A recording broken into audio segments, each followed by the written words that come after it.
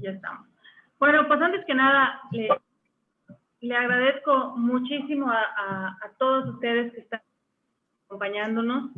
De entrada, muchísimas gracias a Lux Perpetua Art Center porque nos dio la oportunidad de poder hablar del espacio, de poder visitarlo hace unas semanas, y especialmente a Javier Barrera, pues que es en gran parte el protagonista de la sesión de hoy y quien detonó en gran parte esto. Y gracias a ustedes por estar por acá. Y aquí estamos buscando de manso en esta tarde de miércoles, así, nochecita.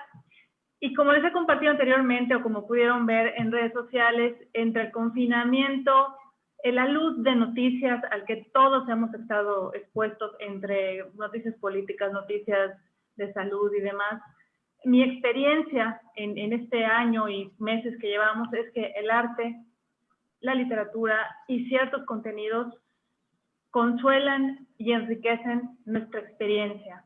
Incluso en meses anteriores hubo un grupo de historia del arte con el que se fueron compartiendo cosas, y la verdad es que son miércoles que aportaban mucho bienestar. Entonces, por eso quise iniciar esta serie de encuentros, porque creo que la creatividad, porque creo que el arte aporta nuevas perspectivas, nos dan bienestar y también una dosis de esperanza para cuando la pandemia nos permita volver a visitar espacios y ciudades. De hecho, la intención era que hoy estuviéramos en Luz Perpetua, pero finalmente por temas del COVID, espacio y demás, decidimos hacerlo solamente virtual, y aquí nos vamos a estar acompañando. Así que muchísimas gracias por estar. Quiero empezar con una reflexión de Michel Foucault, un filósofo fascinante, escritor, un pensador, un hombre muy sensible.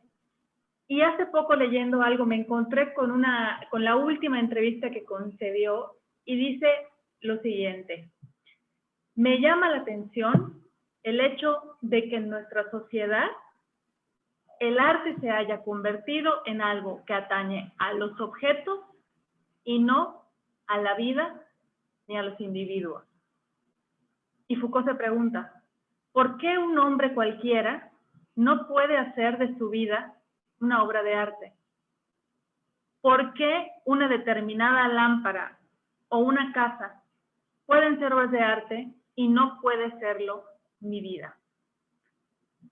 Y me parece hermosísimo esto que Michel Foucault se plantea, y que admira muchísimo cuando empieza a estudiar a los griegos para escribir la historia de la sexualidad, este libro importantísimo.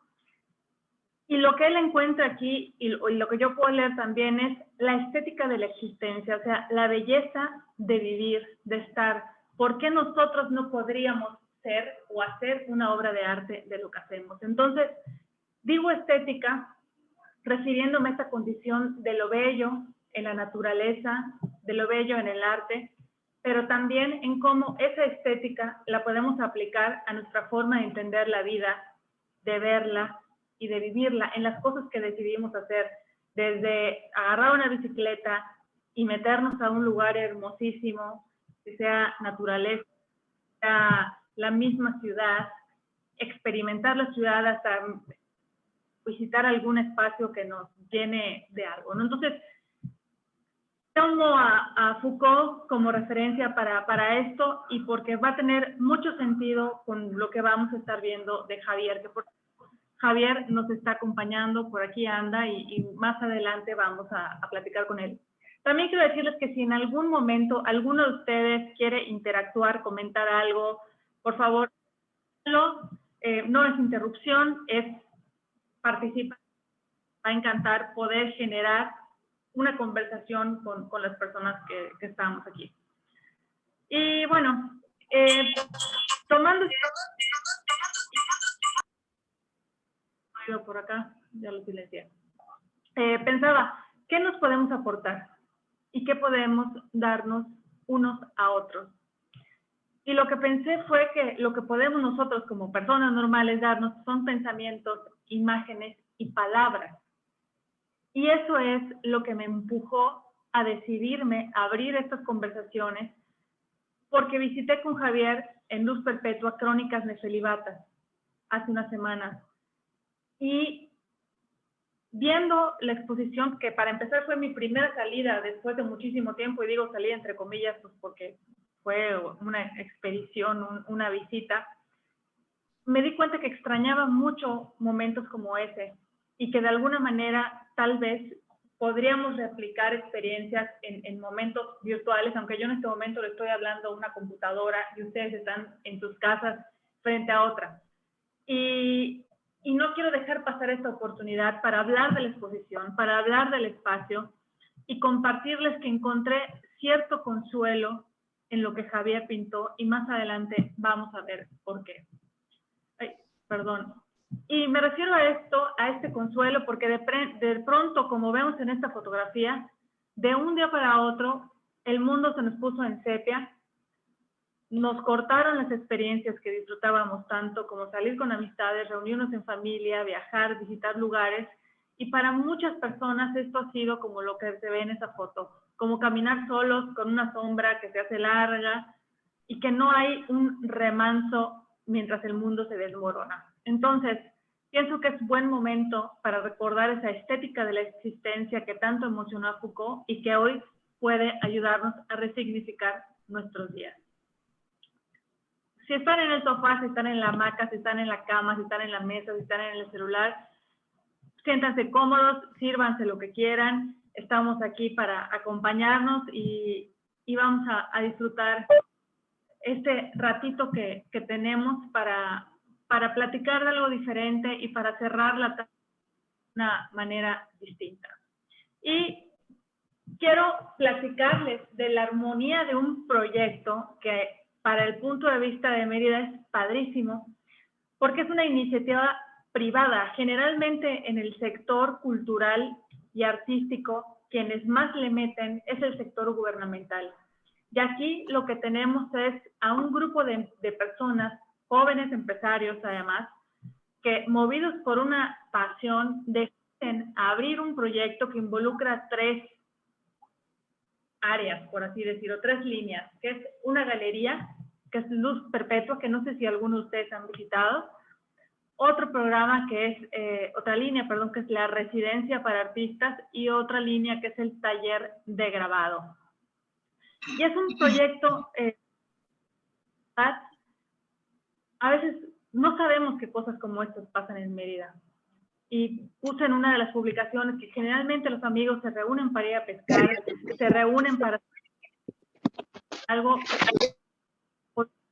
asociarse con otros amigos para invertir y abrir una galería de arte como lo hicieron este grupo de personas. Y seguramente todos hemos pasado por Lux Perpetua Art Center, está en Itzibná, justo en contraesquina de Guay.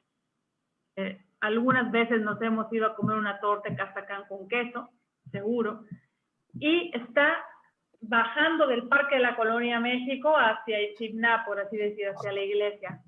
Y está al aire desde mediados del 2015 como una apuesta a lo que se le conoce como economía naranja, que es la economía creativa, y un emprendimiento cultural que ha tenido varias exposiciones, artistas invitados muy importantes, tanto locales como nacionales e internacionales.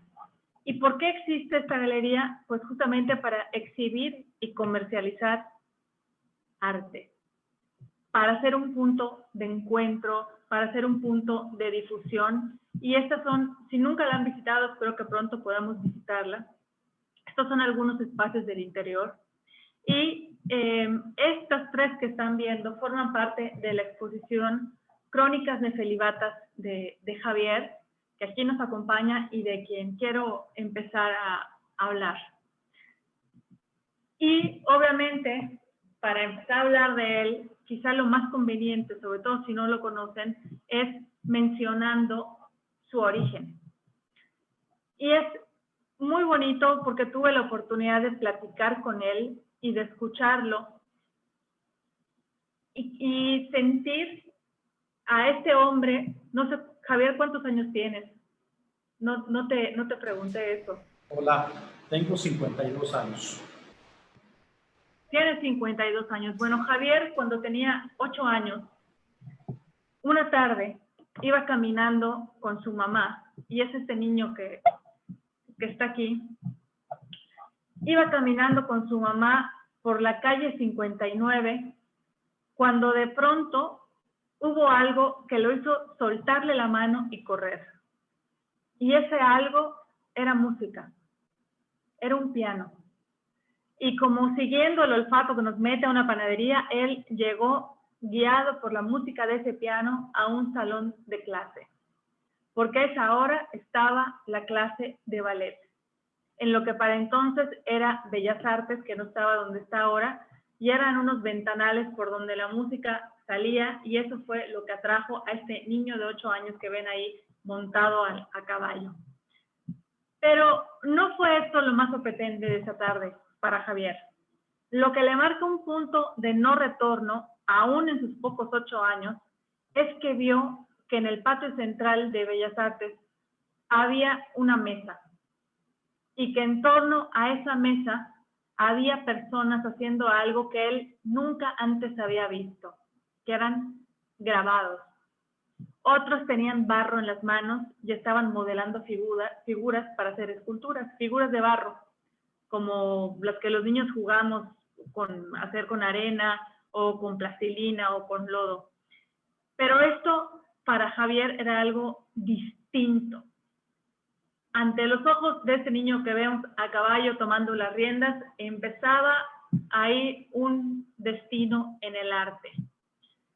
Esta foto que están viendo es de Casa LOL, es el taller de grabado que es hermanito de Lux Perpetua, y es un laboratorio de gráfica y diseño. Esta foto la tomé hace 2 semanas, de hecho, aquí atrás está Javier, ahí se alcanza a ver, y lo que yo sentí cuando entré ahí fue fascinación, de veras, fue fascinante, porque para mí fue darme cuenta de que había un mundo atrás de esa casa que yo ni me imagino, con máquinas que no tengo idea de cómo se usan, pero que quienes saben usar emplean para hacer maravillas. Entonces, yo me imagino a un niño de 8 años que entra a este lugar atraído por la música y que de pronto vea gente que está haciendo con las manos algo. Debió haber sido algo verdaderamente deslumbrante. Me puedo imaginar a Javier, además, interrumpiendo a los maestros, preguntándoles qué estaban haciendo y por qué. Igual, y si Javier hubiera seguido caminando un poco más, en una de esas sería el Billy Elliot de Yucatán, pero no llegó al ballet, se quedó en la mesa grabado. Así que siempre tendremos el misterio, Javier, de si hubiera sido el primer bailarín de Latinoamérica o de el continente. Y entonces estaba ahí el maestro de modelado, fastidiado de que este niño llegara a interrumpirlo, pero el maestro de grabado, con mucha empatía por la curiosidad de Javier, lo llamó. Y es este señor que están viendo aquí al centro con corbata roja. Y le preguntó a Javier si le gustaba el dibujo. Este hombre era Emilio Vera Granados, un grabador. Este señor que están viendo aquí es él diseñó el escudo de armas del estado de Yucatán, diseñó también las medallas de Yucatán Elige Ancona y Héctor Victoria Aguilar, es el fundador del taller de litografía y grabado del Centro Estatal de Bellas Artes, y Javier tuvo la suerte de encontrarse con él aquella tarde, algunas décadas atrás, cuando la música del piano lo llevó a encontrarse con su destino. Y entonces este señor, este maestro, le dice: ven todas las tardes, observa lo que hacemos, y cuando llegues a tu casa, ponte a dibujar. Y fue así porque Javier tenía 8 años, no tenía edad para ser admitido, y sin embargo, atendió este llamado o esta invitación del maestro Vera. Y como en la Edad Media, mucho antes de que se crearan lo que hoy podemos conocer como escuelas, Javier fue un aprendiz de quien se considera el mejor grabador de la región. Y entonces empieza así Javier en el mundo del arte, pero también hay dos placeres de infancia y juventud que van a ser bien importantes. Javier es yucateco, creció en la calle 58 con 75, muy cerca del centro histórico, y le quedaba a tiro de piedra ir. O sea, no era necesario tomar un camión para llegar, y él elegía irse caminando. De hecho, él me cuenta que su método de transporte favorito eran las piernas, y que así como sus hermanos tenían bicicletas, lo que él tenía era pues piernitas y un Walkman en el que invirtió toneladas de baterías para recorrerse a patita la ciudad. ¿Cuánto no habrá caminado Javier oyendo música y observando? Observando, devorándose la ciudad con los ojos, con los sentidos. Quienes hemos tenido la oportunidad de caminar ciudades, sabemos lo que es eso, al menos yo sí. Y qué placer ese de andar, y que lo lleva al cine, al que él tenía hábito de ir solo los martes o miércoles, además de los fines de semana. ¿Y por qué iba solo? Pues porque había películas que no le interesaban a otras personas que a él sí, y entonces se vuelve asiduo del Cinema 59 en el barrio de Santiago, no sé si algunos de ustedes lo recuerden, donde ponían películas antiguas, entre otras, porque también vio películas como The Wall de Pink Floyd, y bueno, ahí empieza una fascinación por las imágenes. En estas andanzas, curiosamente, se encuentra con un pariente suyo, que es el tío Héctor, que por cierto es el abuelo de Renan Barrera, el que era alcalde, que ahora quiere ser alcalde otra vez. Y este tío Héctor era para Javier inspiración y referente del hombre que camina. Eran los dos, con las diferencias de edad, felices transeúntes, peatones, que sin ponerse de acuerdo se encontraban por la calle y que compartían la pasión por el cine. Y entonces entraban al Cinema 59 en Santiago, el tío le compraba palomitas y el refresco al chavito de, ¿cuántos tendrías, Javier, en este momento? 12 años, 10, 14. Sí, como 14, 15 años es cuando empecé ya a lanzarme solito al cine. Claro, entonces el adolescente, y obviamente entraban, pero cada quien por su lado, ¿no? Uno se sentaba por aquí y el otro se sentaba por allá. No se hablaban, entraban a lo que entraban, el otro con el gesto noble de comprarle palomitas y refresco. Y cuando terminaba la película, salían, caminaban juntos varias calles y platicaban de lo que habían visto. De hecho, cuenta Javier que el tío Héctor es un hombre que viajó muchísimo y que nunca tuvo auto. Y en ese no tener auto también les viene esa sabiduría urbana, ¿no? ¿Por qué? Porque todo lo caminaba o lo andaba en camión. Y para Javier era fascinante porque en sus pláticas estaba el mundo, cómo era Australia, cómo era Europa, qué experiencias había vivido en país. Y era un hombre para el que andar a pie era una vocación. Tal vez todos necesitamos a alguien así, que nos recuerde el valor de movernos por el mundo con lo que somos y tenemos, que es el cuerpo, pies y ojos, que es algo que por lo visto Javier asimiló muy bien. Y me gustaría ahora hablar sobre la creación de Javier. Y pongo esta fotografía, más adelante vamos a retomar este tema de la moto, pero ha sido un hombre muy polifacético que ha explorado básicamente dos disciplinas, que son la fotografía y la pintura. Y la moto va a ser un elemento tan importante como la cámara, porque va a ser el medio de transporte que él va a usar para ir a los paisajes que lo atraían. Porque vamos a ver también que hay distintos tipos de paisaje que son los que apasionan a este amigo. El caso es que platicando con él le pregunté qué es lo que él considera que ha sido detonante para poder crear.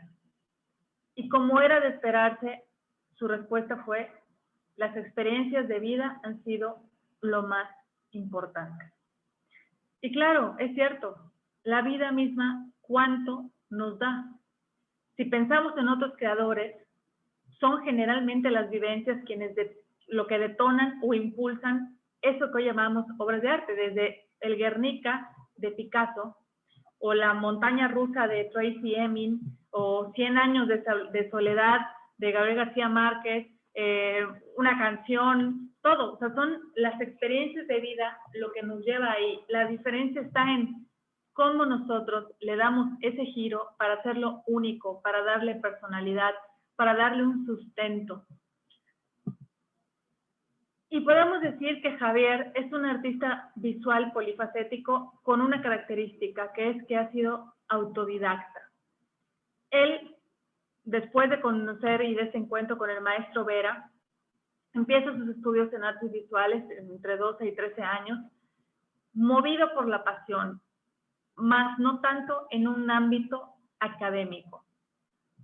Toda esta formación como autodidacta la llevó buscando a las personas que pudieran ayudarlo, que pudieran inspirarlo, que pudieran mostrarle un camino.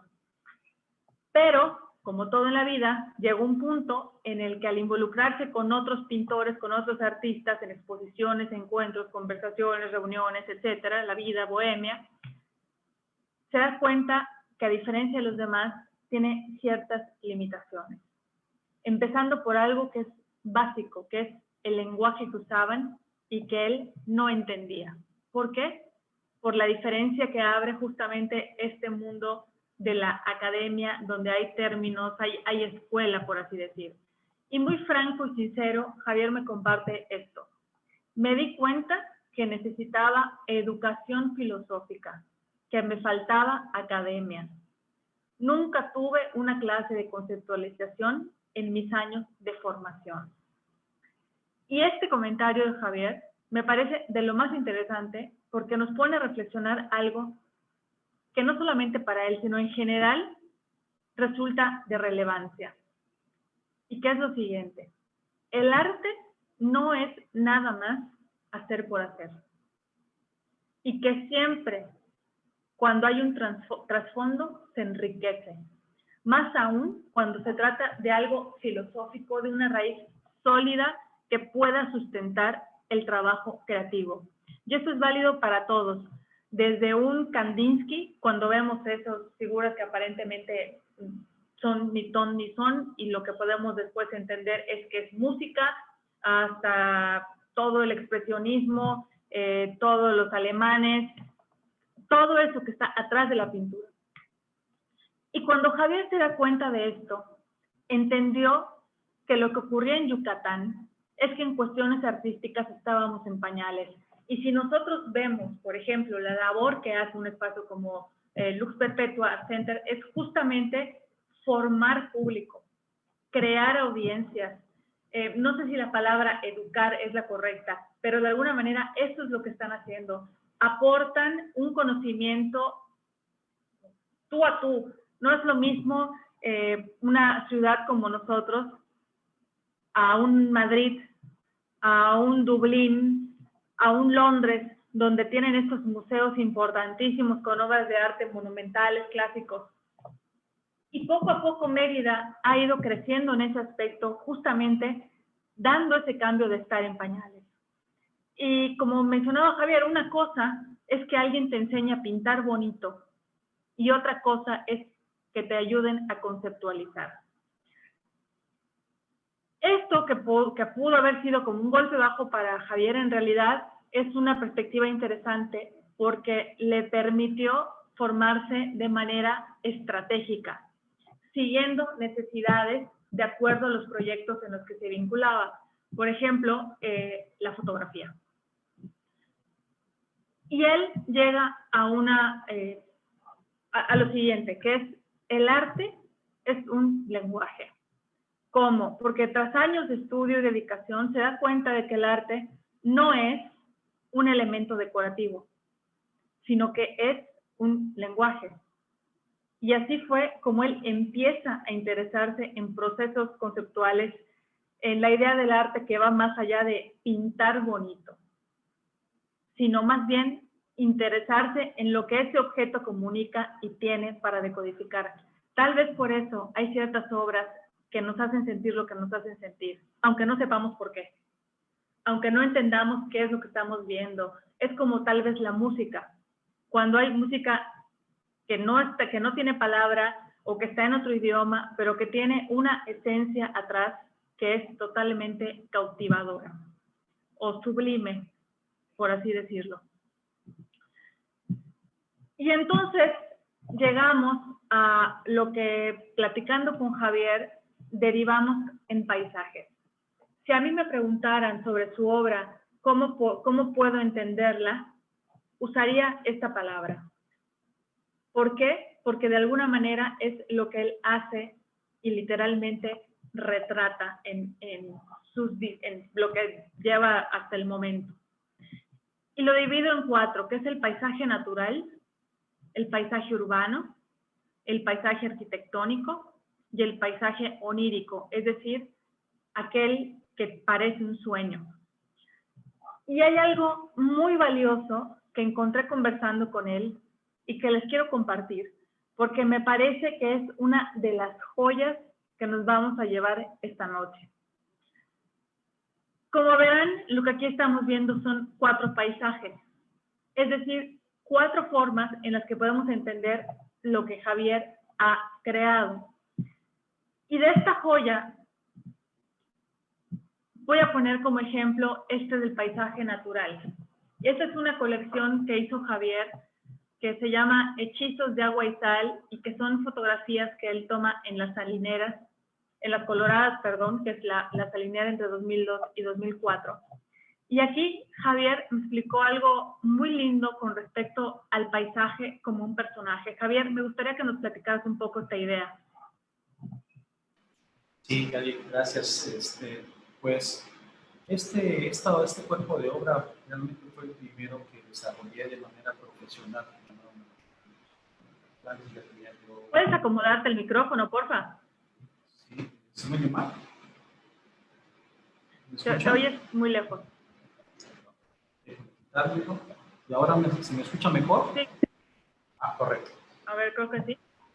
Les comentaba que este cuerpo de obra realmente es el primero que realizo de manera profesional. Si bien yo ya tenía el dominio de la técnica, no tenía, como bien comentó Ari, una estructura filosófica, una estructura conceptual fuerte. Entonces me dediqué a estudiar algo de semiótica, algo de lenguaje fotográfico, ¿no? Y decidí desarrollar un proyecto que se llamó Hechizos de Agua y Sal en la salinera de las Coloradas.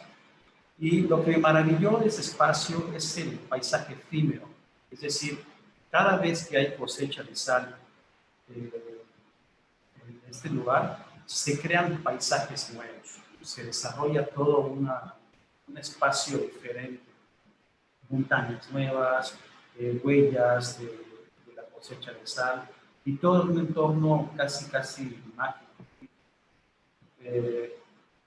Y ese fue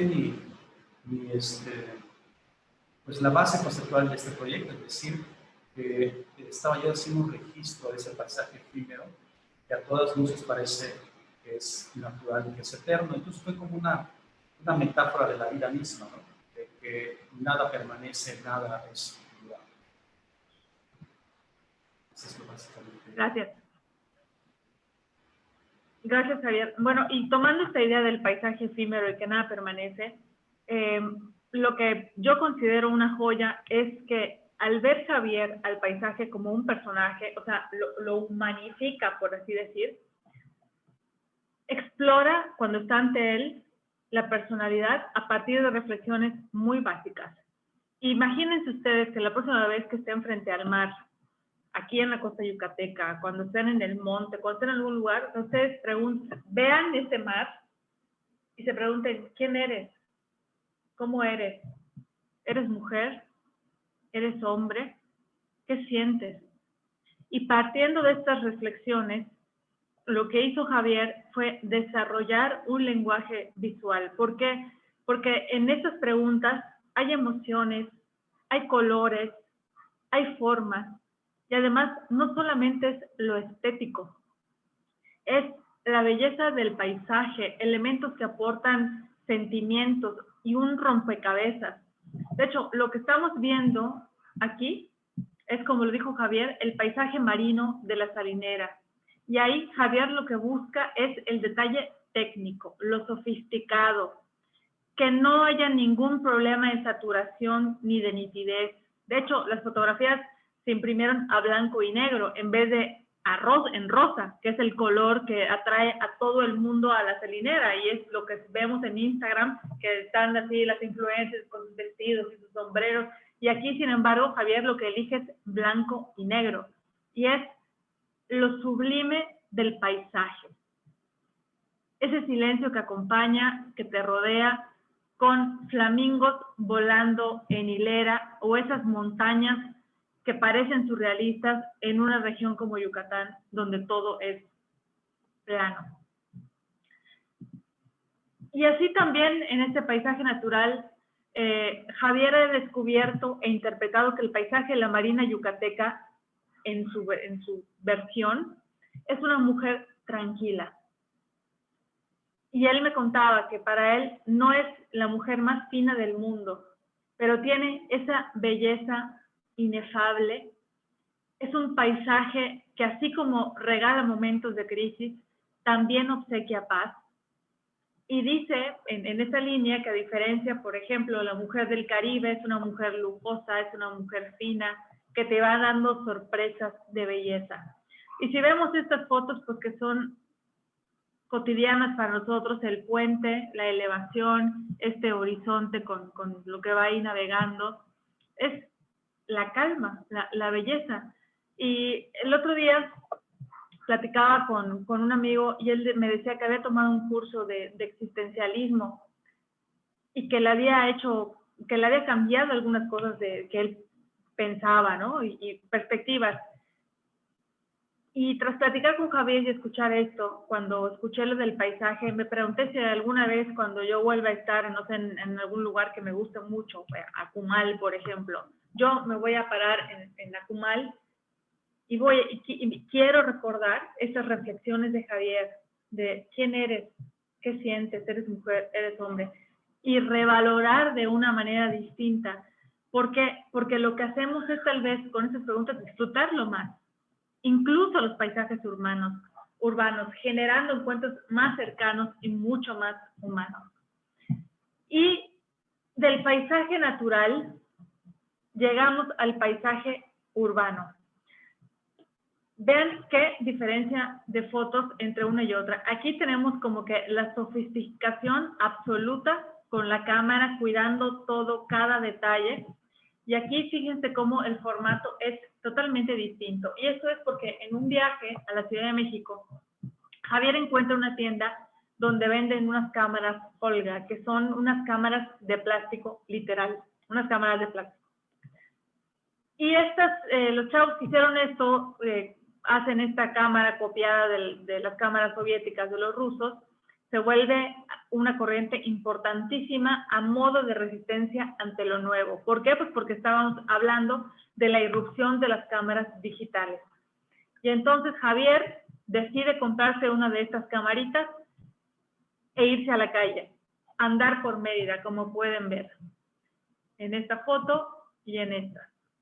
¿Y qué es lo que hace Javier? Pues se va con su camarita de plástico, tomándole fotos a los personajes urbanos que habitaban la ciudad, que habitaban sus paseos, como este hombre tocando el acordeón ahí para que le den lana, el bolero, las personas, una acostada en la banca, el trío.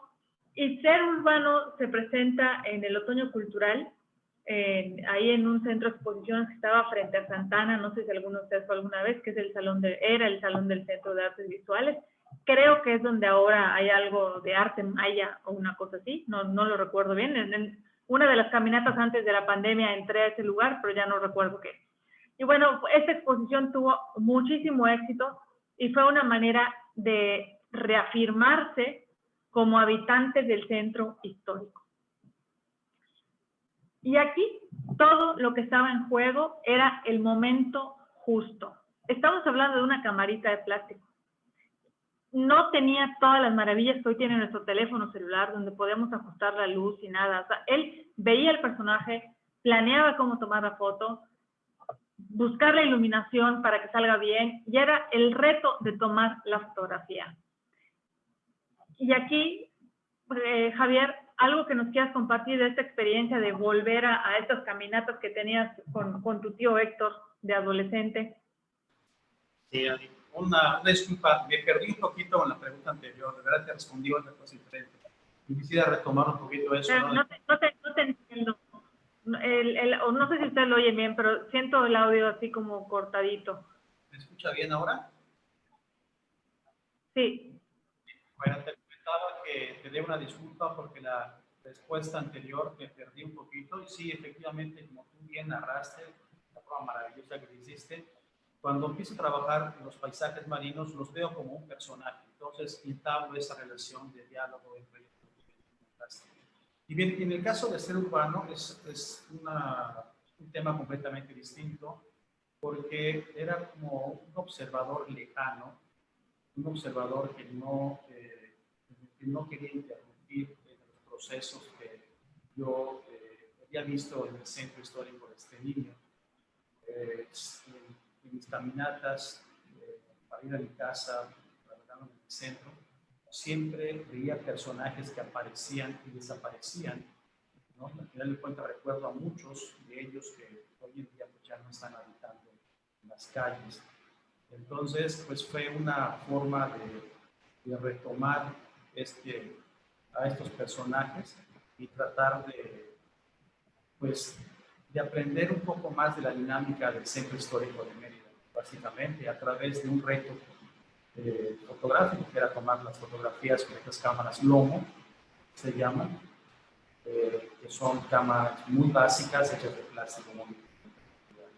Pero empieza a titular un espacio íntimo, y entré como alguien completamente ajeno y que fue como capturando estas postales para después reflexionar sobre ellas.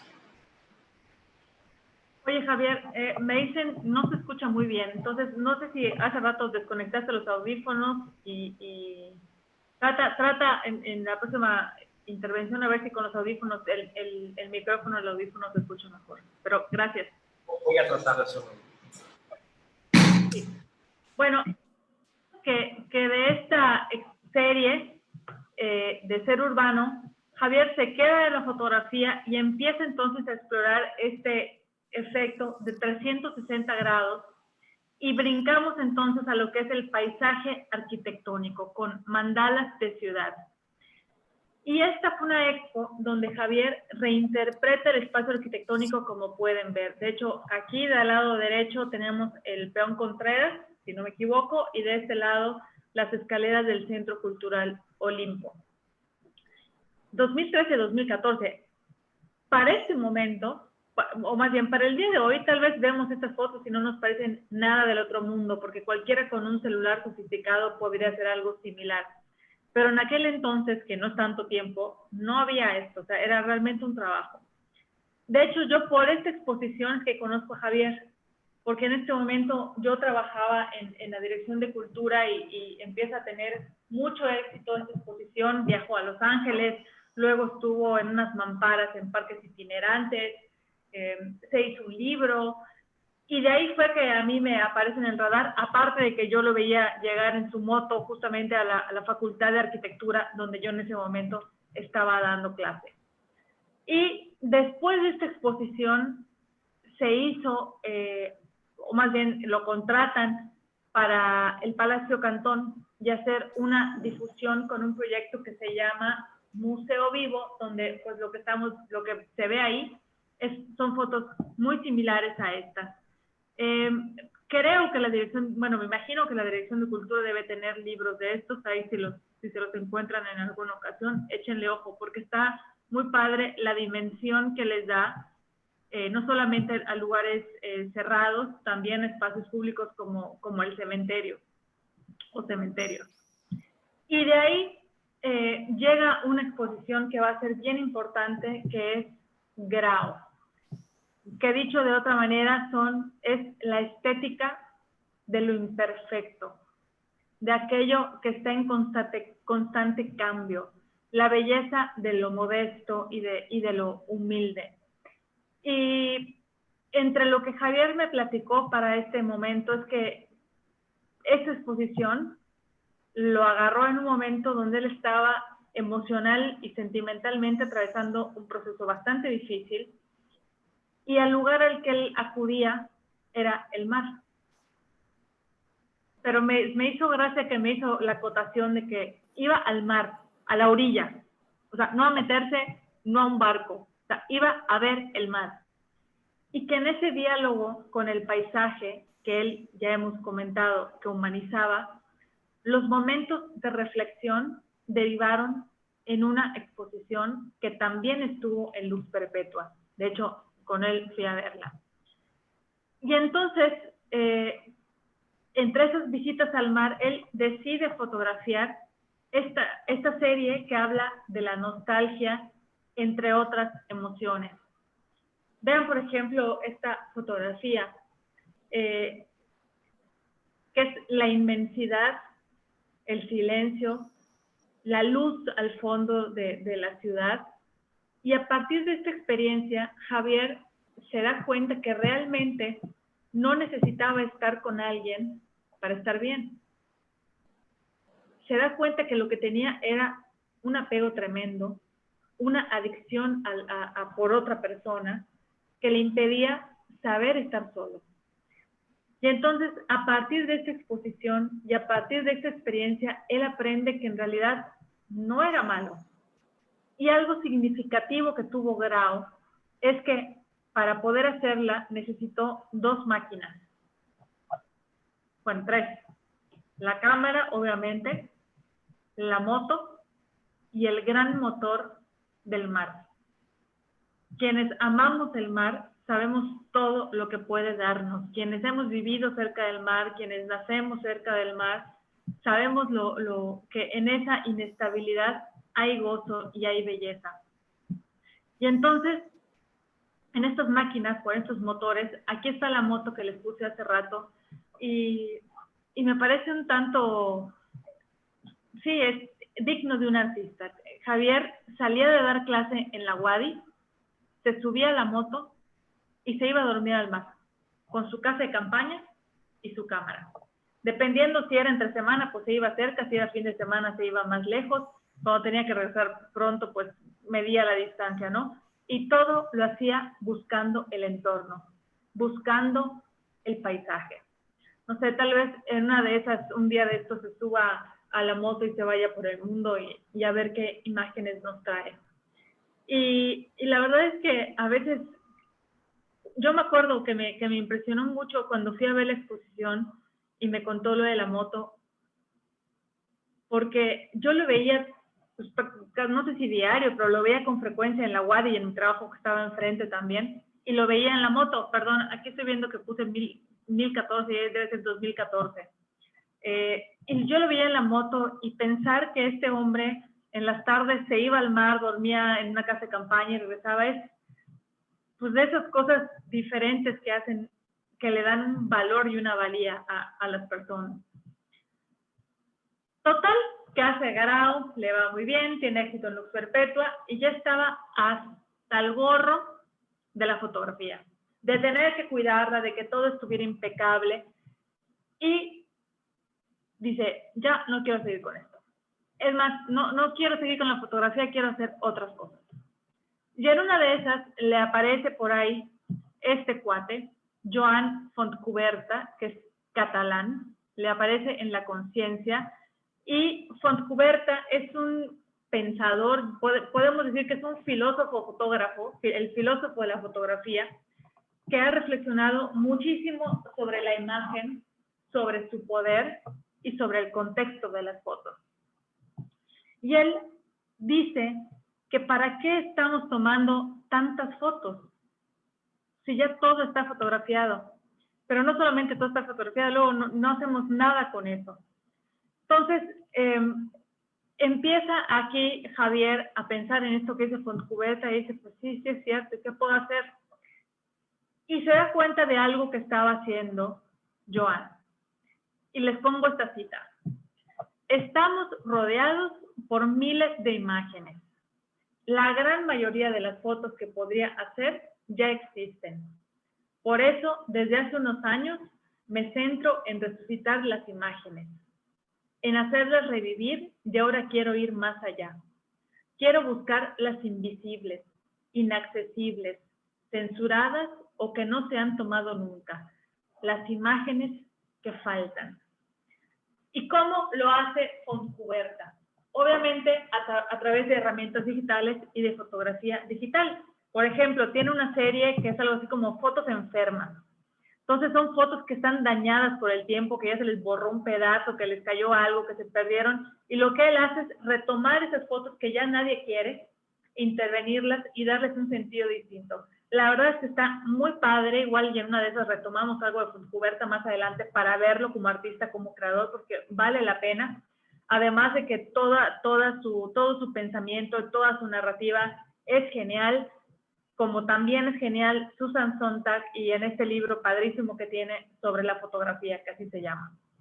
Bueno, el caso es que así Javier, inspirado por las ideas de Joan Fontcuberta y con aquello de que ya estaba hasta el copete de la perfección de las fotografías, de viajar con su cámara y demás, se adentra al collage digital e inicia una serie que bautiza con el nombre de Morphalia, Ciudad Paralela, año 4890. Y empieza a hacer collage como este que están viendo, que se llama Adalid. ¿Cómo llega a esto? Que además ven que no tiene absolutamente nada que ver con lo que hemos visto antes, ni con los paisajes naturales, ni con los paisajes arquitectónicos. Esto es totalmente distinto y por eso, platicando con él, le dije, bueno, creo que tus otros paisajes están bien y este también es un paisaje, es el paisaje onírico, el paisaje de los sueños totalmente irreal. Y Javier se da cuenta, inspirado por, se me fue el apellido, por Fontcuberta, que puedes tomar fotos antiguas, libres de derechos, e intervenirlas. Y así es como surge Morphalia. Aunado a esto, y es importante este comentario, Javier recibe una beca del ayuntamiento, la beca municipal de artes visuales, y expone toda esta serie en el Olimpo. Obviamente, estamos hablando de un proceso muy distinto a las anteriores, porque si en el otro se fue a dormir a la intemperie en una moto, aquí lo que estuvo es metido en su computadora. No hubo escáner, no hubo cámara, no hubo nada. Lo que hubieron fueron mails donde él escribía, pedía fotos. Hola, soy Javier, soy un artista visual yucateco, ¿tendrán fotos? Sí, ¡pum!, se las mandaban. Y así es como él va armando. Hace esta que, por cierto, me encanta, se llama Golondrina. Y lo que él hace para crear esta ciudad es imaginarse como un viajero que llega a una ciudad que está en otro plano. Y él se imagina fotografiando dinámicas sociales de ese lugar en un mundo post-futurista, quién sabe en dónde. O sea, no es como, ¿se acuerdan de esa película de los 70s? Flash Gordon, que salían unos animalitos, unos hombres águila y demás, o sea, ni siquiera Flash Gordon, o sea, eso ya es quién sabe en dónde. Pero con una particularidad, negando lo digital y regresando a lo análogo. En un mundo donde ya estaba prácticamente todo digitalizado, iba descubriendo la trascendencia que tiene para el ser humano la animalidad y las emociones. Y por eso estos seres híbridos, animales, humanos, dóciles, salvajes, van a tener un vínculo con la serie que va a venir después, que es Crónicas Nefelibatas. Esa es parte igual de Morphalia. Vean esta obra que se llama La coleccionista, que además es padrísima por todo lo que Javier va metiendo en todos los elementos. Javier, de la fotografía original, en este caso, en este ejemplo, ¿qué es lo que se conserva y qué tanto le interveniste? Vamos a ver si podemos escucharte mejor con los audífonos. A ver, ¿me escucha? ¿Sí? ¿Se escucha mejor? Bien. Pues de la foto original obviamente es la persona que está ahí sentada y todo lo que está alrededor fue fuimos como insertándolas, ¿no? Y obviamente la cabeza, el ave, el humo, en fin, son algunas partecitas que fui como que armando para darle atmósfera a la imagen y que se viera de cierta forma como si estuviéramos ahí presente. Es obvio que está la permanencia del collage, pero lo que intentaba al trabajar estas piezas es que obviaras el collage y te metieras en la atmósfera, ¿no? Pues sí, son varias fotografías. Realmente no logro recordar cuántas, pero sí fueron varias.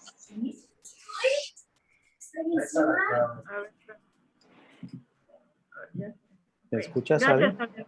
Sí, es que entró alguien y silencié que había ruido. Entiendo. Y algo también interesante de esta exposición y que les digo que por eso mencioné la beca que gana, es que fue una expo que causó muchas polémicas, porque la gente se preguntaba por qué le daban dinero si no son suyas las fotografías. O sea, si no fue un trabajo que él salió a hacer, o sea, te dan dinero y tú vas y haces algo. Pero aquí él, pues no eran suyas y su intervención era de otra manera, ¿no? Y bueno, finalmente las imágenes se pueden usar, están libres de derechos.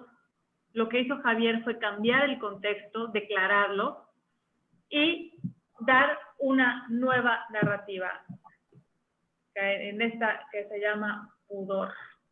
Y es cuando, perdón, y es cuando Foucault tiene una pertinencia en este caso, ¿no? Aquí es un claro ejemplo, ese trabajo, de que el arte no está en el objeto. O sea, este proceso artístico que yo presento a concurso no estaba en el collage realmente, sino en la parte de la conceptualización que se pudo realizar a través de la apropiación de imagen. Claro. Sí. Y bueno, y así volvemos al inicio, que es a Lux Perpetua Art Center, donde ahora quitaron la exposición, ya tendremos oportunidad de verla quizá. Hay algunos cuadros que están todavía disponibles a la venta y es principalmente la que me gustaría que comentemos y disfrutemos en la media hora que nos queda, porque me parece llena de significado. Y empezando con la palabra de la exposición, Javier, tú elegiste ponerle crónicas nefelibatas. Desde la palabra crónicas, quiero decir que estás contando algo. Y en el caso de nefelibata, me gustó encontrar la palabra ahí, porque es una palabra que yo me encontré hace varios años leyendo un poema de Rubén Darío. Y en ese momento yo no sabía qué significaba, la busqué en el diccionario y lo que me encontré fue esto: nefelibata, dicho de una persona soñadora, con la cabeza en las nubes, que no se apercibe de la realidad. Y luego tú me comentaste que elegiste la palabra justamente porque te había gustado su significado.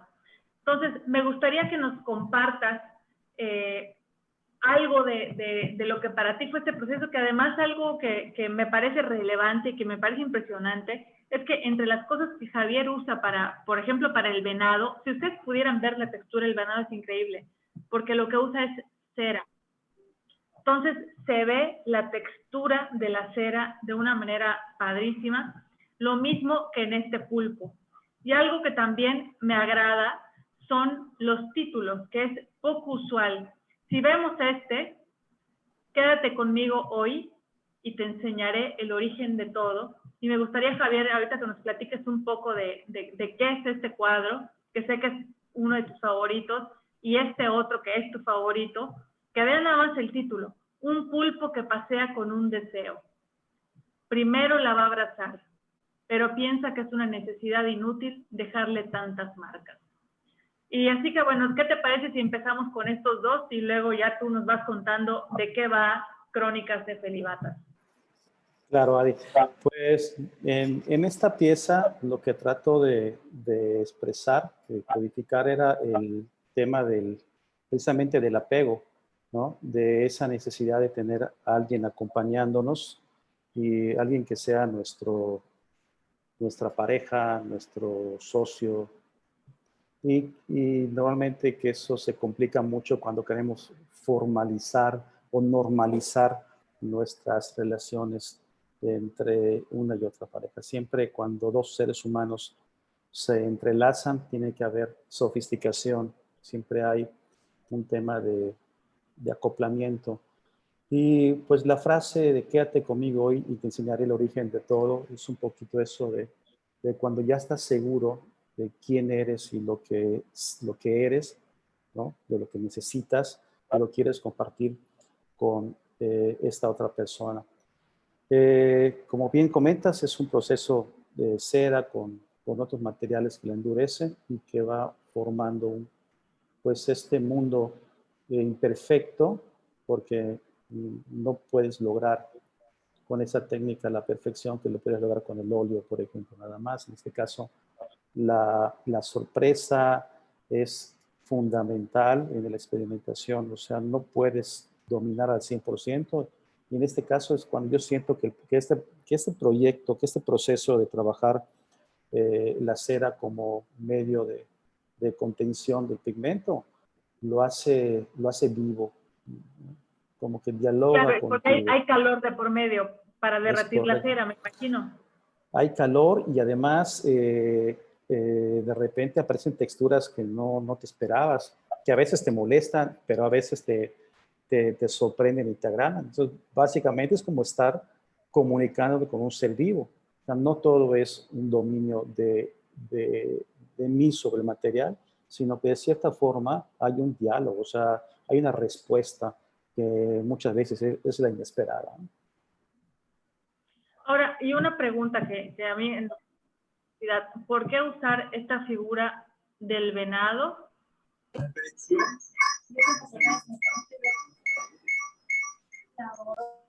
Ya.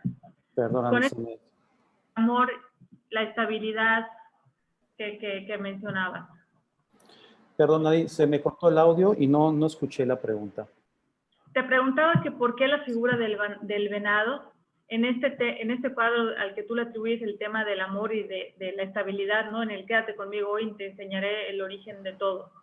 Bueno, el quédate es un futuro, ¿no? Es una demanda. Entonces, uno de los animales que más huidizos o los animales que tienen mayor precaución en nuestra selva es el venado. El venado que te puede observar y de repente si nota algo que no le gusta, se va y no lo vuelves a ver nunca. Entonces, por eso utilicé esta figura como un elemento de que había que tener muchísimo cuidado, ¿no? Al momento de estar junto a él. Ok. Y en contraparte, que aquí con el pulpo y el título, un pulpo que pasea con un deseo, primero la va a abrazar, pero piensa que es una necesidad inútil dejarle tantas marcas. Y aquí arriba, esta mujer. Cuéntanos un poco de...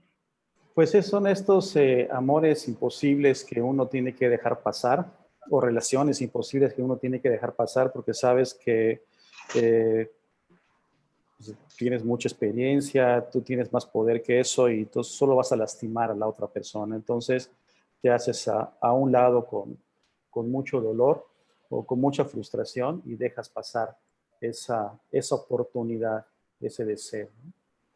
Te quiero platicar un poquito acerca de cómo llego a estos títulos, porque hasta Morfalia, que fue el proyecto anterior a este, siempre utilizaban nombres, ¿no? Hasta que en un libro que se llama Diálogos entre Borges y Sábato, hay ahí una reflexión que hace Borges y que luego Sábato empieza a completarla, de que cómo era posible que algunos escritores que se decían creativos, sus nombres, el libro de sus nombres, el título de sus libros era horriblemente aburrido. Y que obviamente eso no, desde el inicio, al ubicarlo en la librería, pues no te dan ganas ni de abrirlo, ¿no?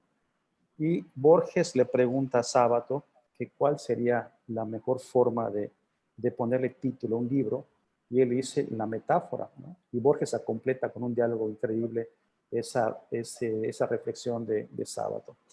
Y entonces me dije, pues sí, tengo que utilizar de mejor forma la metáfora para poder nombrar mis cuadros y que no se vuelvan aburridos y no parezcan aburridos.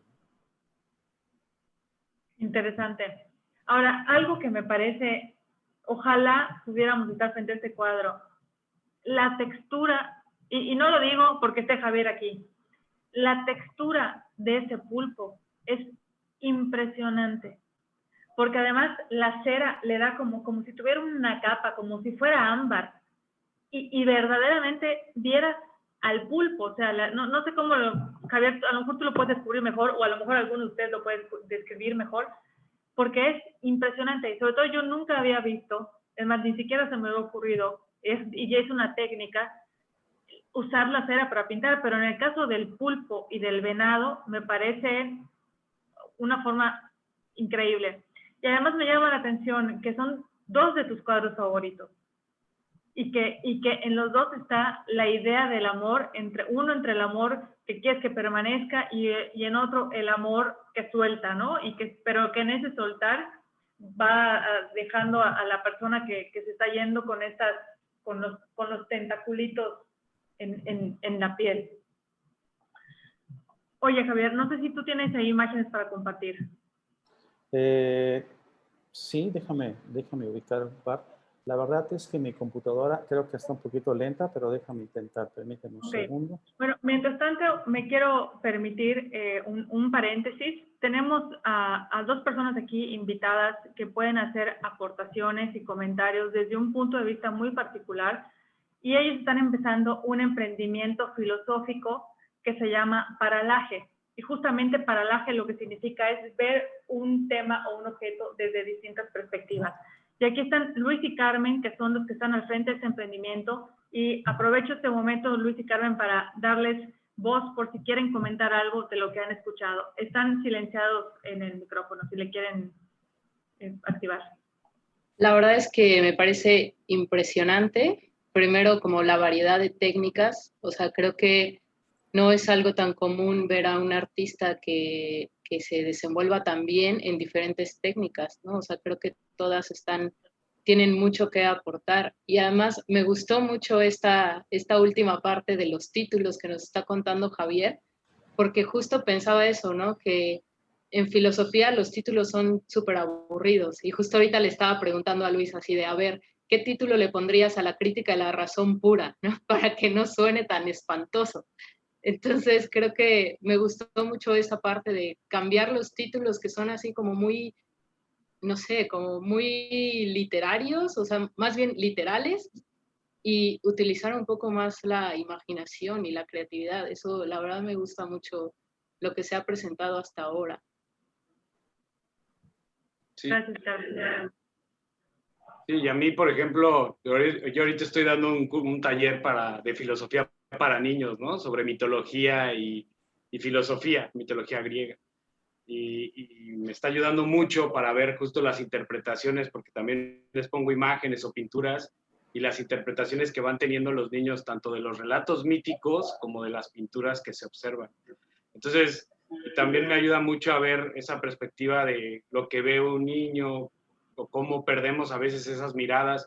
Y ahorita que veo las pinturas, porque a mí en temas de filosofía, lo que más me gusta estudiar es el tema del símbolo. Entonces, cómo arrojamos significados al mundo, ¿no? En este sentido, pues el arte igual, mientras estoy viendo tus obras, Javier, pues hago esa actitud simbólica, ¿no? O sea, ¿qué quiere significar el pulpo, las manchas? Entonces, todo ese ejercicio creativo, pues me ayuda mucho, y justo para también tratarlo en temas de filosofía, es muy, muy interesante. Felicidades. Gracias, qué padre. Pues bien, les quiero compartir. No puedo compartir, me tienes que dar permiso. Sí, dame un segundito, estoy quitando la pantalla y ahorita te la autorizo. Listo. Okay. Les quiero compartir unas imágenes que tengo aquí en el Face. Esta es una pintura que también forma parte de la colección de Crónicas Nefelibatas y es una pintura especial porque yo durante mucho tiempo... No veo pantalla, ¿ustedes ven? ¿Ven pantalla ustedes, compañeros? Sí, sí se ve. Sí, yo sí la veo. correcto.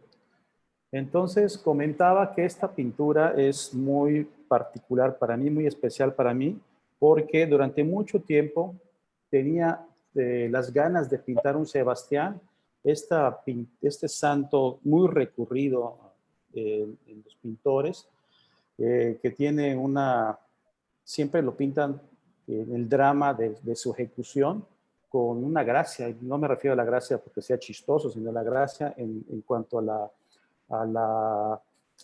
movimiento, ¿no? A la forma tan estética como lo representan, a pesar de que lo están representando a través de su ejecución. Pero hice muchos intentos, la verdad, nunca me salió el que yo necesitaba, ¿no? El que yo quería. Hasta que llegué a porque ya no lo saco, ya no lo pongo en el poste donde lo ejecutan a este santo, sino que lo elevo, ya lo conformo en otro momento, ¿no? En la asunción, en la trascendencia del otro plano. Y pues codifico todas estas emociones a través del ciervo, este ciervo que es vulnerable, este animal que va igual muy, muy cauteloso, ¿no? Y la verdad es una pieza que le tengo mucho cariño porque por fin pude pintar, como muchos pintores, mi Sebastián. Estas son también una de las piezas que desarrollé para este proyecto. En este caso era el tema de la impronta, de estas marcas que te puede dejar alguien y que son difíciles de borrar, de eliminar y de obviar, ¿no? En este caso hice algo que para mí estuvo prohibido durante mucho tiempo, que era utilizar la iconografía maya. Hay como un cierto fetiche entre los artistas contemporáneos de obviar el tema de lo prehispánico porque nos llevaría un poquito la artesanía. Sin embargo, pues yo me atreví porque siento que le pertenecía al personaje, a la pieza, y estoy muy contento con eso, ¿no? ¿Puedes volver a ponerla? Claro, permíteme. Ahí está. Cuando estábamos en la galería y Javier me dijo el título, Improntas que duran más que la vida misma, y que también me habló del sujetar algo o de agarrar algo, ¿no? Y de que para él este cuadro era un poco esa idea de dejar ir. Le pregunté si por algún motivo en particular no había puesto los dedos pulgares y él me dijo, pues es que están atrás, ¿no? Así. Yo le dije, sí, obvio. Pero finalmente los dedos pulgares para lo que nos sirven es es lo prensil, ¿no? Para agarrar. Y me pareció significativo ese juego de no tener presente algo que es lo que nosotros usamos para sostener algo. Sí, muy bonita tu reflexión, ¿no? Me emocionó mucho cuando lo hiciste en la galería porque obviamente no lo había pensado así y esa decodificación que hiciste me encantó. Esta es otra de las piezas que tuvo mucho éxito de la muestra, que pues es una pieza que trabajé en la cocina, me refiero al proceso, durante mucho tiempo, por eso tiene un exceso de textura, que es lo que buscaba, y habla un poquito acerca de la nostalgia, de esa espera, por eso el personaje tiene una mirada perdida, una mirada de reflexión, de recuerdo, y el venado está como gritando, como respirando en plena búsqueda de ese pasado, ¿no? Y obviamente el título es una referencia muy de la canción de Joaquín Sabina. El título se llama El otoño dura lo que el invierno. Esta pieza y de esa pieza anterior, lo que es padrísimo, que obviamente aquí no se distingue, es la pupila, el ojo de esa mujer en ese tono azul que tiene una textura dura, viva, muy tienen que verlo en la próxima exposición que tengas. Oye, me gustaría que comentes, ¿sabes qué cosa que me pareció interesantísimo? Que los cuadros que no querías llevar son los que se vendieron. Sí, pero como no los quise llevar, no están fotografiados, Adi. Entonces, te los voy a deber, se los voy a deber. Entonces, pero la verdad es que no porque sean malos cuadros, o sea, porque no me parecían los adecuados para este proyecto. Sin embargo, fueron los más exitosos en la exposición. Esta pieza me causó muchísimo dolor de cabeza, ¿no? Fue muy complejo terminarla. No lograba redondearla, y lo que le hacía falta a la pieza era la luna, esta luna azul. Entonces estuve batallando con ella durante mucho tiempo también, y que también ha tenido mucho éxito en la galería. Es una pieza que habla sobre esta fiesta del orgasmo, del desafuero, de la locura, ¿no? Y que también desarrollé de una técnica bastante particular y singular, porque este caballo, podríamos decir que no es una pintura, sino que es una despintura, porque lo que hice fue pintarlo completamente de negro, y luego fui trabajando con algunos productos químicos para eliminarle por capas la pintura que había colocado, buscando que lograra yo tener esa textura diferente, ¿no? Una textura que fuera trabajada como en negativo, por llamarlo de una manera. Y bueno, quería presentar la última pieza de estas, que debe estar por aquí. Esta, por ejemplo. Esta es una pieza también de mis favoritas, que habla sobre la libertad, sobre esta forma de ver la vida en libertad absoluta, pero no en libertad de física, sino en libertad mental, la libertad espiritual, ¿no? Y el título, El amor que me vio libre y voló, es decir, pero no que se fue, sino que voló conmigo, me acompañó, y que desarrollamos conjuntamente proyectos en común. Esta pieza está inspirada muchísimo en la atmósfera de un gran pintor, Alphonse Mucha, que fue el innovador, o el que propuso el Art Nouveau del siglo XIX, principio del siglo XIX. Todas estas piezas tienen una referencia a alguna parte de la historia de la pintura. Algunas están basadas en el Renacimiento, de autores del Renacimiento, otros en autores como los impresionistas, como el Art Nouveau. Y siempre trato de tener una codificación relativamente fácil, no tan compleja, ¿no? Pero que reta al espectador a pensar, a analizar, ¿no? Lo que buscaba con estas exposiciones, con esos cuadros, perdón, en esta exposición, era que el espectador viva una experiencia al momento de observarlas, ¿no? Que se quitara esta frustración, hiciera un lado de buscar entender la pintura o el arte. El arte no se debe entender, no se debe de llegar con esa vocación de decir, oye, a ver, ¿cómo me vas a entretener? ¿Qué me vas a practicar hoy? Sino que tenemos que estar pues, buscando abiertos a vivir una experiencia, ¿no? A no saber a qué nos vamos a enfrentar, y estar abiertos a vivir una experiencia, que es lo que básicamente buscaba en esta exposición de Crónicas de Celibatas.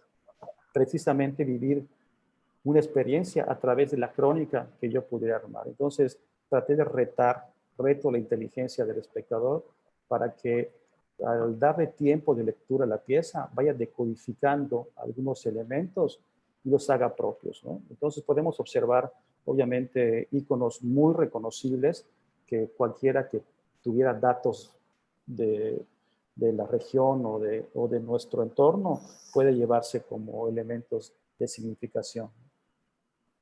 Las piezas que están, estos iconos que están atrás, es obviamente copiados tal cual del código de Dresde, ¿no? Entonces, pues tiene una referencia completamente maya y ese misticismo maya. Ok. No sé, Adi, si quieres Sí, voy a platicarnos un poquito entrar más. al Facebook de Lux Perpetua porque sí quiero que vean la que no te gustaba y que nos comentes algo al respecto. Incluso Julio Carrillo, aprovechando que estás aquí, Julio es el coordinador de Lux Perpetua. Si tienes algún comentario, será muy bien recibida tu aportación. Mientras voy entrando al Facebook, dame un segundo.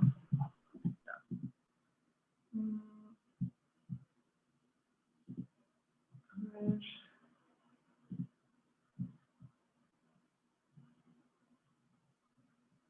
¿Cuál era? Era la del rinoceronte. Javier, estás silenciado. Perdón, sí, la del rinoceronte horizontal, sí. Creo que está ahorita en la portada de Luz Perpetua. No, No, si quieres, te yo, permíteme. ahorita lo busco.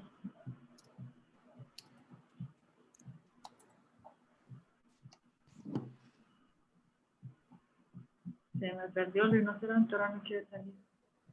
¿Quieres que la comparta, Adi? Ya la encontré. Sí, compártela. Aquí en el centro hay un lugar, es un barcito, fui con Sacil, pero no me acuerdo cómo se llama, pero tú que Ahí conoces entró la voz de alguien. o sea, todos los lugares de acá, donde hacen mezcal, es yucateco el que lo hace, y hacen el mezcal acá. Ahí, Ok, ya. perfecto. Muy bien, Ok, es esta a ver, la pieza. es- Mira, yo tenía un poquito de resistencia a esta pieza, llevarla a la exposición, no porque sea una mala pieza, sino que sentía que no estaba de acuerdo con el concepto. Es la única pieza de toda la exposición que tiene una relación directa con su animal, que lo enfrenta, que lo ve, que lo observa. Normalmente nuestra animalidad no está presente en ese sentido de vista a vista, ¿no? Nos acompaña, está con nosotros, pero no estamos de frente a ella. Entonces eso me hacía un poquito de ruido ante las demás piezas. Y la otra es que batallé muchísimo para darle el fondo, la textura al fondo. Y no la lograba hasta que determiné que había que dejarle un fondo abstracto como el que estamos viendo. Pero tal vez por la frustración de trabajarlo tantas veces, no le agarré el cariño, ¿no? Tuve un poquito de resistencia ante esta pieza. Pero bueno, realmente el público es el que determina el valor de una pieza y no el artista, ¿no? Claro, Así pero que aquí lo interesante es que no fue solamente esa la que no te gustó, sino que eran dos más que eran las que ni siquiera querías llevar y fueron las que se vendieron. Entonces ahí es también para pensar, ok, muchas veces las creencias que nosotros tenemos no tienen nada que ver con lo que está allá afuera. O sea, eso me pareció sorprendente en lo que me platicaste y en lo que vimos esa mañana en la galería. Sí, claro, es que uno puede determinar qué es lo que tiene que ver el espectador y cómo lo tiene que decodificar, pero pues no es cierto, o sea, el espectador también es un ente que participa en el proceso creativo, ¿no? Y cuando digo participa, es ese que completa realmente el proceso creativo. Tú puedes tener toda la intención y meterle toda la codificación y con eso se van a enamorar de la pieza, pero pues no, o sea, ahí hay una libertad, una determinación del que completa la pieza, ¿no? Y eso es lo que hace realmente mágico este conecte entre el que la observa y el que la hace propia, ¿no? Y el que la crea. Esta es una pieza que también me gusta mucho. Veamos esta, vamos ya en la recta final, nos quedan unos minutos Sí. de tiempo pactado. Entonces, me gustaría que nos cuentes esta, que además el escarabajo que es tan significativo. Claro, esta pieza fue precisamente pintada para la exposición, para la pared donde está en la exposición, y fue como el amuleto de la expo, ¿no?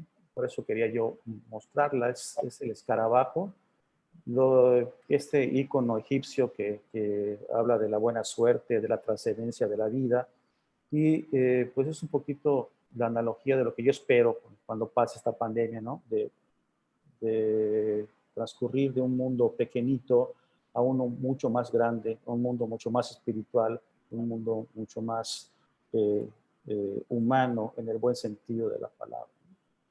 es una pieza bastante grande, mide 2,40 por 1,20 centímetros y que, bueno, de cierta forma acompañó a la exposición y le dio esa suerte, ¿no? Porque, pues, a pesar de que hemos tenido problemas fuertes para poder llevar gente a la galería por el tema de la pandemia, la exposición ha tenido, pues, bastante aceptación.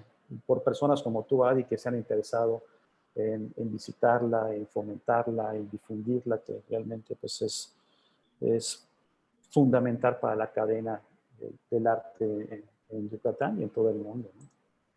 Pues yo creo que son cosas valiosas. Por ejemplo, ahorita estoy viendo el chat y veo que Carolina dice que la frase le encanta, ¿no? Uno de los títulos, y que ella la relaciona más de una relación que pueda atar y dejar marcas. Y Carmen, de lo que comentó Carmen, Ponce dice que le encanta la idea de los títulos que te dicen mucho más de la obra, o sea, que es genial. Entonces, me parece que muchas veces no nos llegan estas cosas.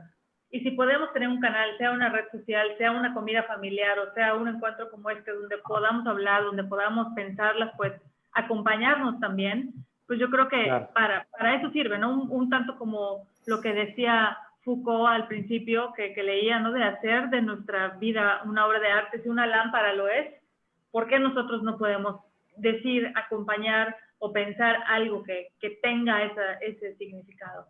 Entonces, Javier, claro, yo te agradezco muchísimo el tiempo que le has dedicado a este rato, el que hayas venido la otra noche a platicar conmigo, el que te haya interesado cuando te propuse poder hablar de esto, y a todos los que están aquí acompañándonos también. Muchísimas gracias. Ojalá tu exposición se vuelva a poner en algún lugar para que más personas puedan verla, ver esa textura de la cera, ver esa textura del rinoceronte, del pulpo, del venado, los ojos, todos esos elementos de los que tenemos distancia con la parte digital y que obviamente siempre es grato atesorar en otro entorno, ¿no? Gracias. Así que pues, muchísimas gracias. Sí, yo quisiera nada más comentarte que hoy en la tarde me dio Julio una buena noticia, o sea que la exposición que sigue se va a atrasar un poquito, entonces van a dejar las piezas colgadas un par de días más. Entonces, no sé, Julio, si estás por ahí, si alguien esté interesado en visitarla mañana y el pasado, puede ser que las encuentre. Algunas piezas ya no van a estar porque hay que entregarlas, ¿no?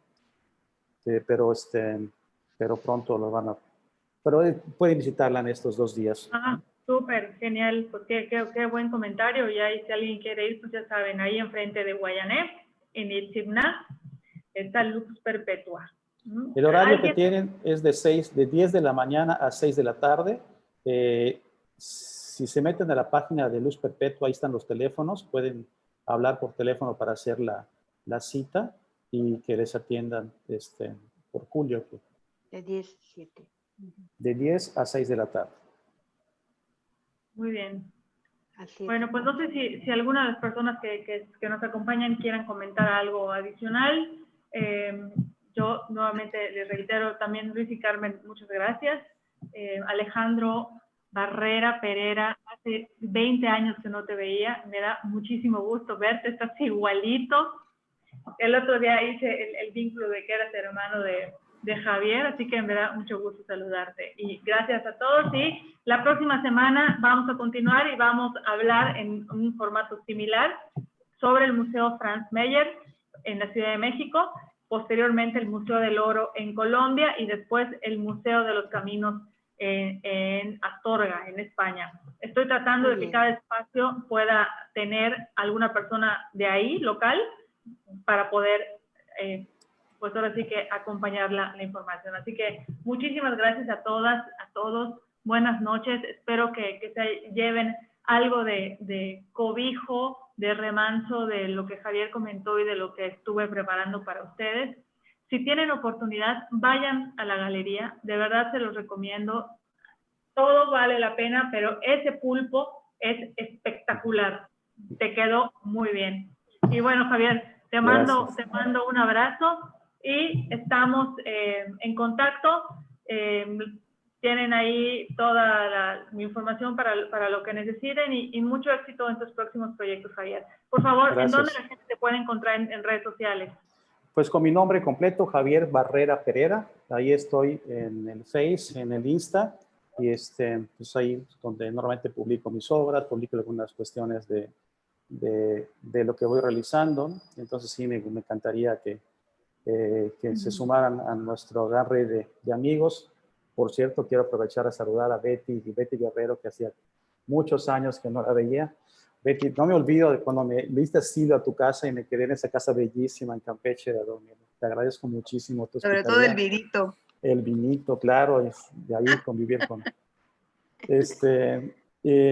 bueno, y pues sí quisiera, repito, tenerlos como amigos. Le agradezco muchísimo a Adi esa tan emotiva presentación que hizo sobre mi trayectoria artística. Normalmente no había reflexionado de lo que había yo hecho y que Adi lo haya resumido de forma tan emotiva. De verdad que me emocionó mucho y que le agradezco, Adi. De verdad es que llevas un 10.